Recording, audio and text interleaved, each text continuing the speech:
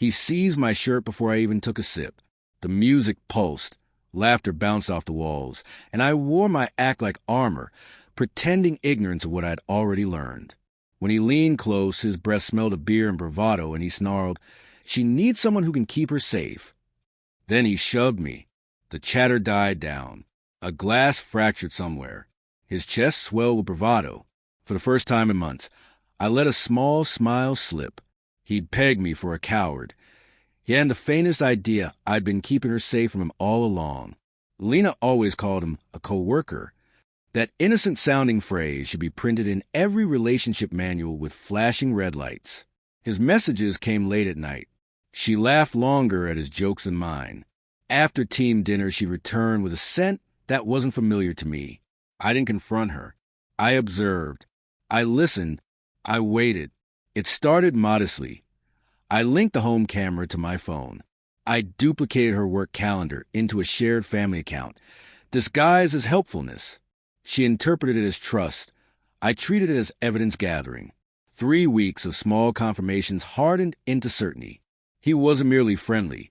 He was the kind of man who equated volume with strength and lies with charm. They weren't sleeping together yet, but emotional infidelity doesn't require a bed.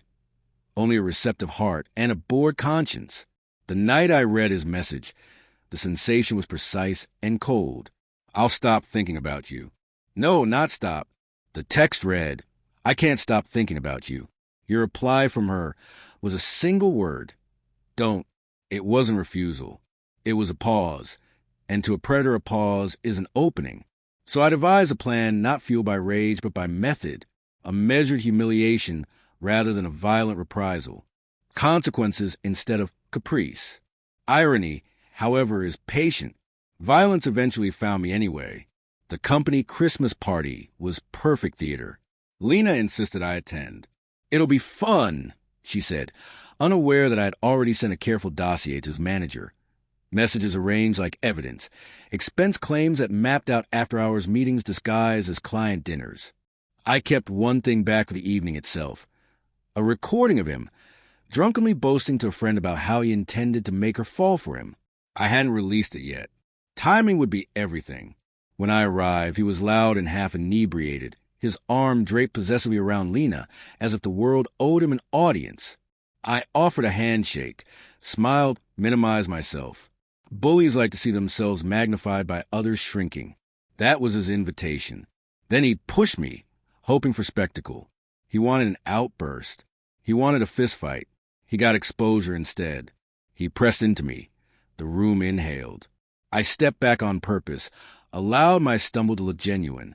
He laughed, a big, stupid sound. And then, quietly, I said to his manager by the bar, "You might want to check your email before the next meeting." He blinked.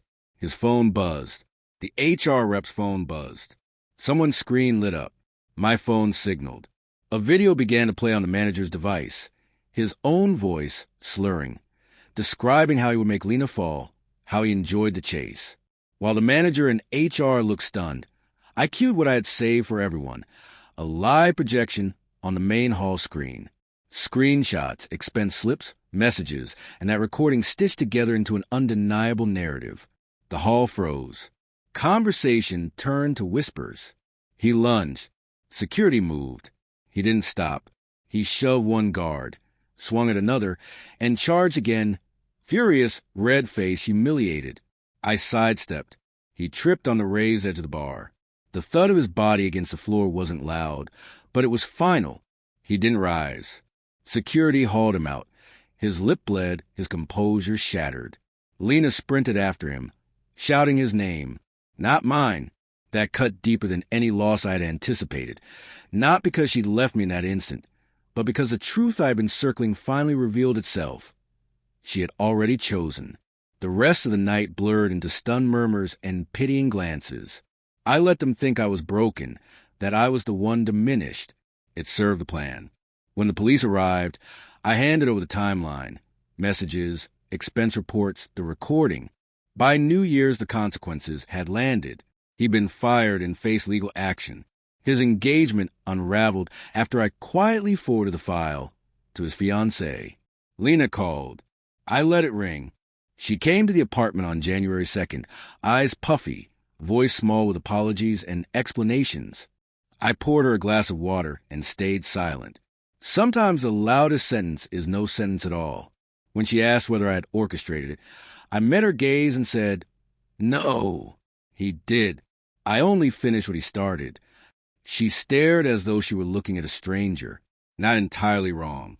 Rumor in their office said he spent New Year's Eve in a hospital bed, telling nurses that the weak husband had set him up. Maybe I had set a trap. Maybe I had simply stopped pretending not to know. The lesson I took away changed how I defined protection. It wasn't muscle or threats. It was endurance, calculation, and choosing the exact moment to end the farce. When people later asked why I hadn't fought back physically that night, why I didn't throw a punch, I only smiled. I had fought, just not in the way he expected. He wanted to prove his manhood in a shove and a show of force. In the end, he learned that real strength was quieter and much more effective.